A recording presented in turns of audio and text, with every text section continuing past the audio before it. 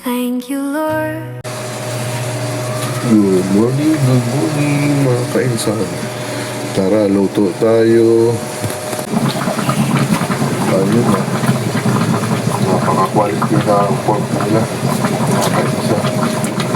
Punasan natin ang mabuti para mawala yung bibit. Pero malinis. Makita ko naman yung quality ng pork. So, kailangan natin na pinag-pinag para safe tayo sa ating mga dinilipos maayos. Tapos, kung ito pang diskarte dito, pakuluan muna natin bago luto. Magpakulo tayo ng pork. Ayan, medyo ayos na yung ating sinaing.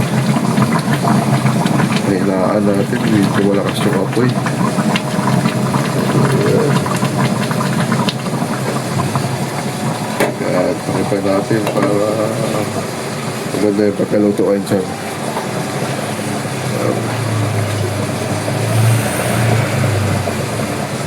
Balik tayo doon sa ating pork. Yan.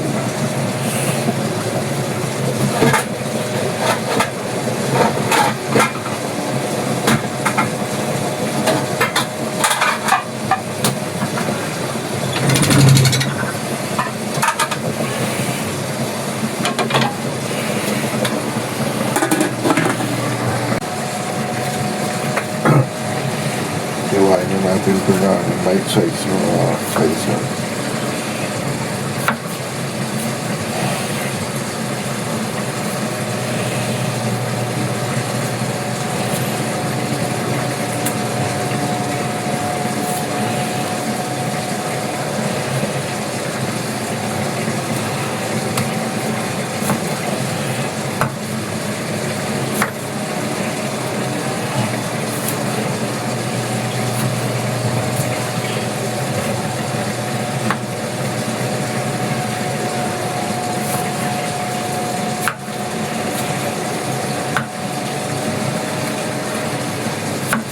Ayan.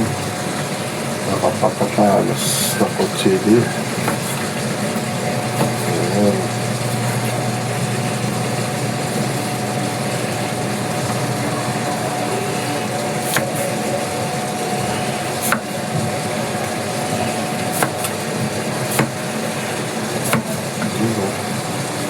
Napakalambot ng pork ng dali.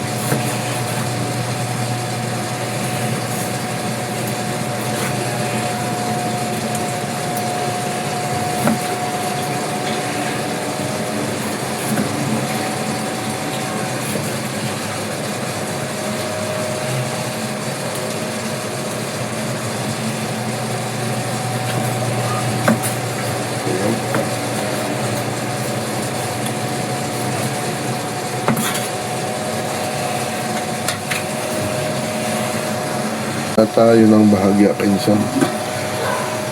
Kulaan natin ng bahagya itong natin nabili na pork sa dali para kuha natin yung mga hindi hanggang taba-taba na itapon natin. Ayan. Habang nagpapakulo tayo ng pork, prepare muna natin yung ating unang magmuna ng mga bawang kaito.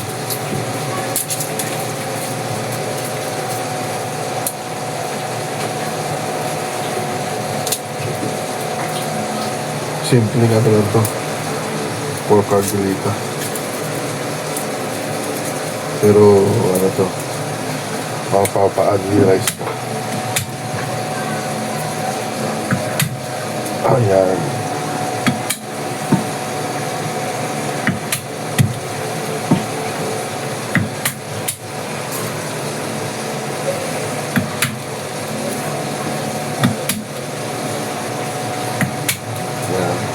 probinsya na pagbalat ng bawang.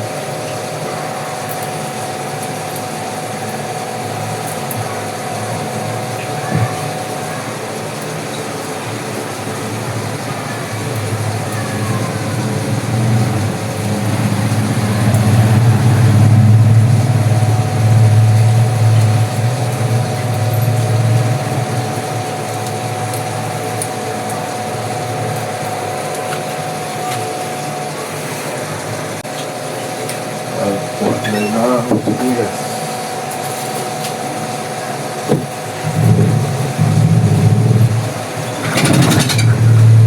Alam tayo ng sibuyas para makumpleto na yung pag-isa namin.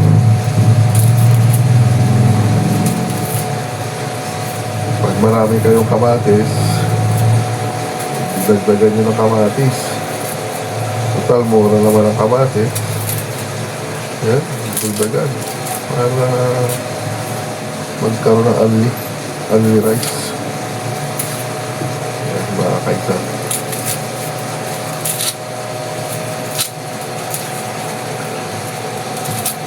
Ang pagluluto kasi kailangan mo lang talagang mahalin para matuto ka. Yan. Huhugasan na naman.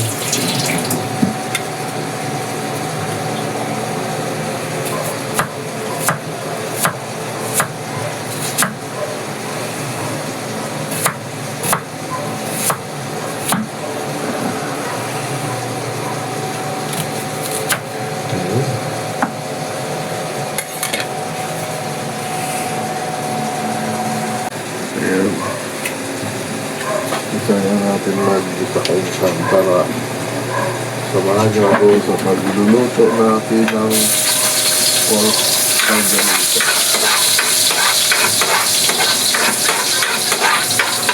Hindi naman eksperto pero maayos din. Kasi ano na ako insan, half-cook.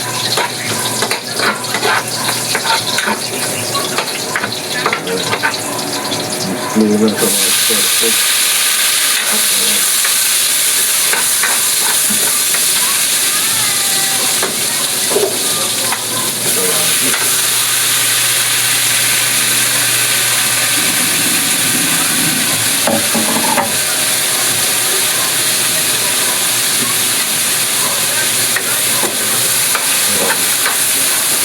Ganito. Habang pinupulmido sa mundo kayo ay natin na maluto ang kamatis bago ilagay ang ating baboy. Lahat yan, tagkahan na yan kaisan. Kung gusto mong sundan, masasay na yan. Pero silang na lang.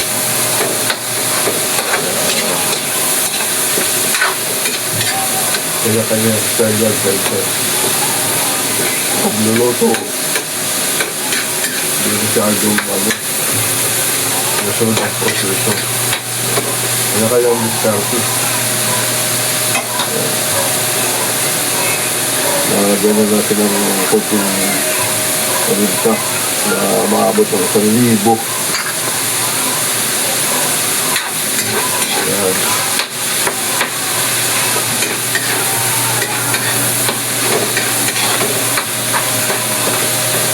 Lumasa. Yan natin ang ating baboy. Pinakuluan ko na yung talisan para mabawasan ng mga impurity na hindi dapat natin makain gawa na galing sa farm ng baboy. Siyempre, alam mo na, maraming nakaturok na kung ano-ano na mga pangpalaki.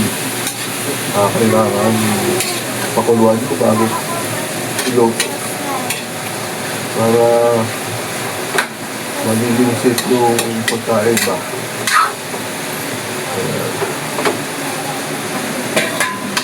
Try natin dito pumatas.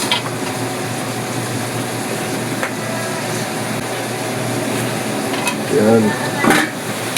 Isip na yun agad. Try natin na pumatas-katas. Na ano masyado yung kamatis natin. Kaya ginamitan ko ito ng kamatis kaysa dahil napakarami namin kamatis, masisira lang. Kaya ginamit ko na ba? Para hindi maitapon yung sayang.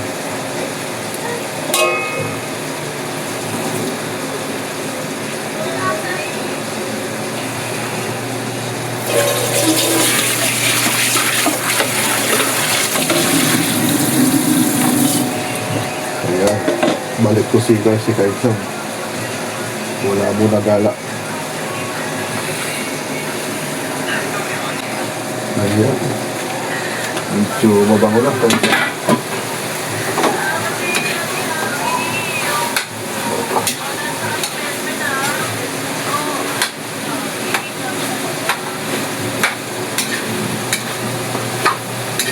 Tomindo. Ayan, tomindo natin para mas malapit.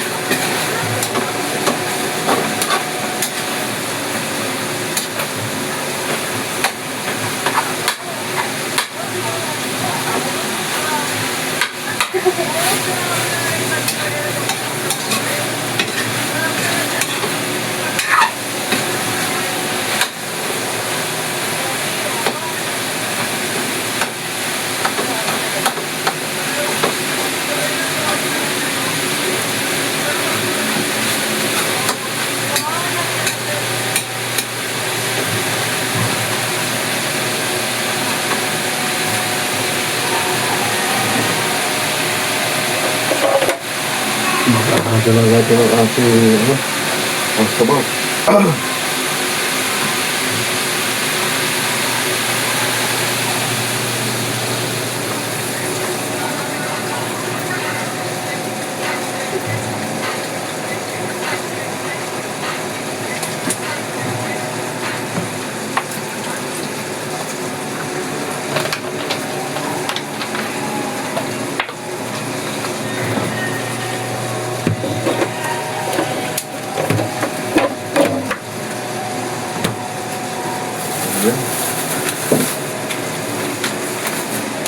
Babanatan natin ang ating tomato paste, Del Monte, baka naman.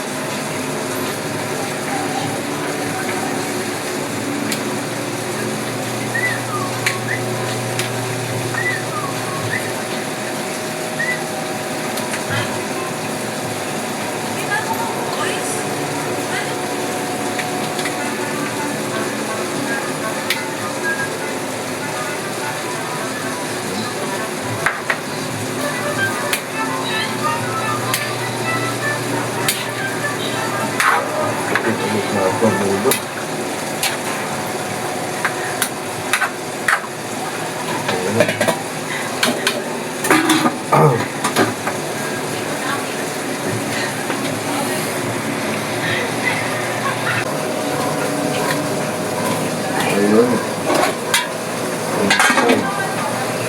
Ang ganda ng kulay. Maglagay tayo ng Lord cubes para lumasa ang bahagya. Ito naman, mamasita. Mga tanong yan.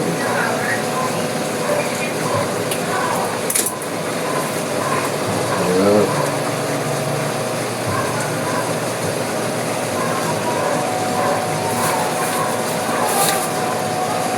Gawin natin yung ating patatas.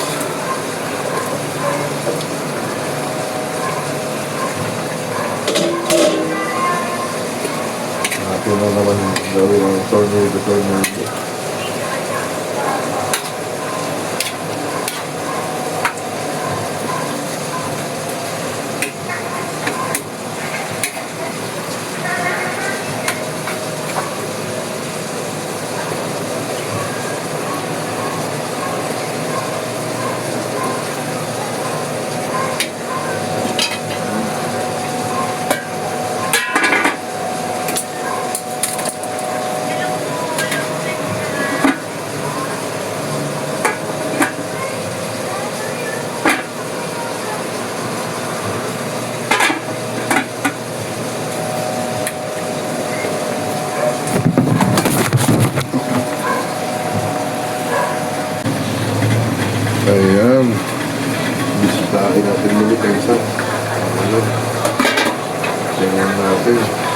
malambot na ito.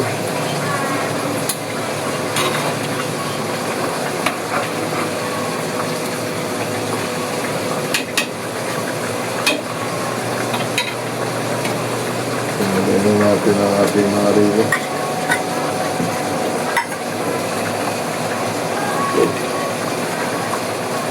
Para lumapot na naman yung mga ating sauce.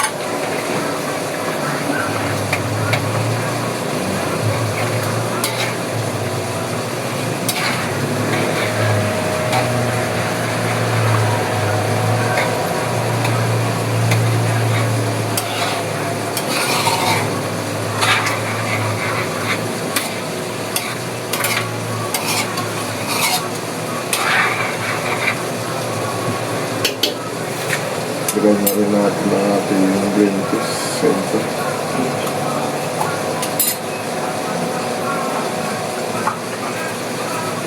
Para maganda.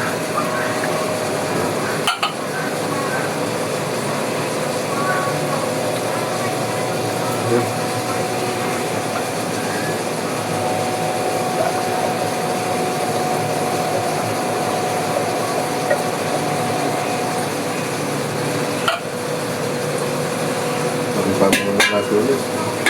Ayan.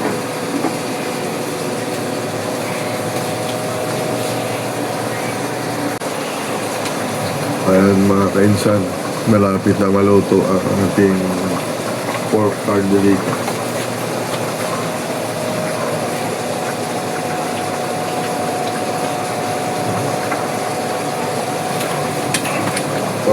Tornado kainsan. Ayan.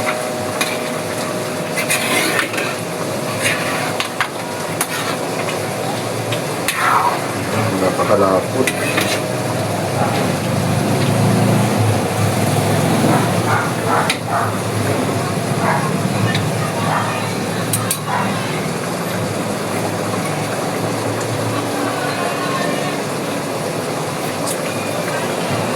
Konti pa. Konting asin.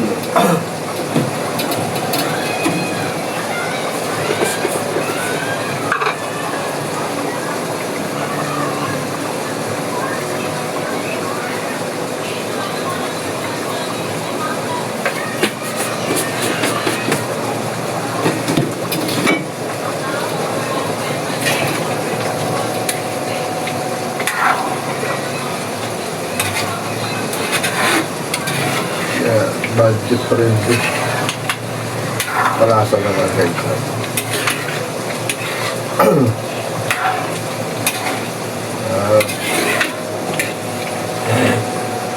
Tignan natin kung okay na yung asin.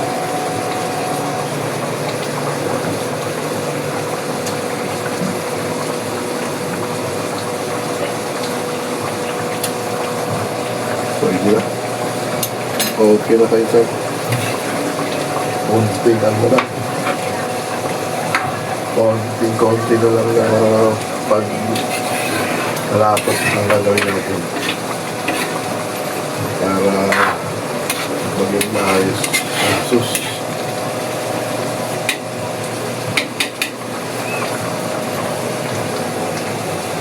Try natin yung pork kung okay.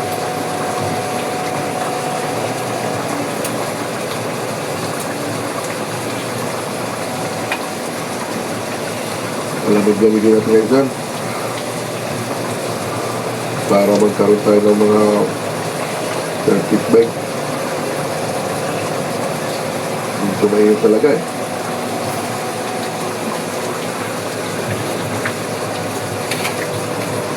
Tapos na ng konti.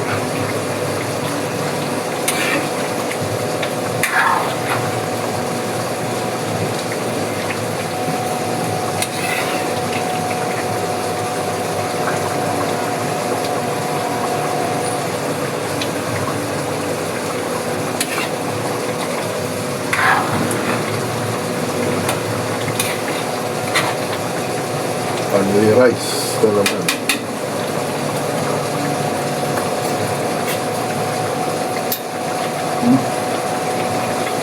At tayo dyan, kuha-kuhaan ng tibla. Okay, okay na. Napakalambot ng pork. Kaya, konting-konti na lang.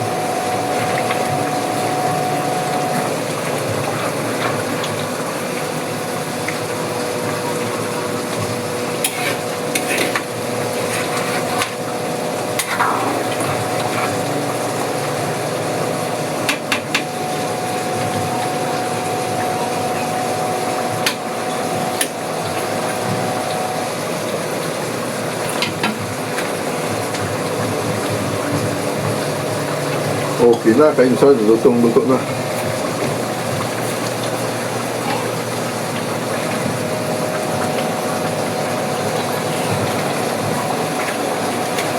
Okay, kainsan, luto na. Okay, okay na.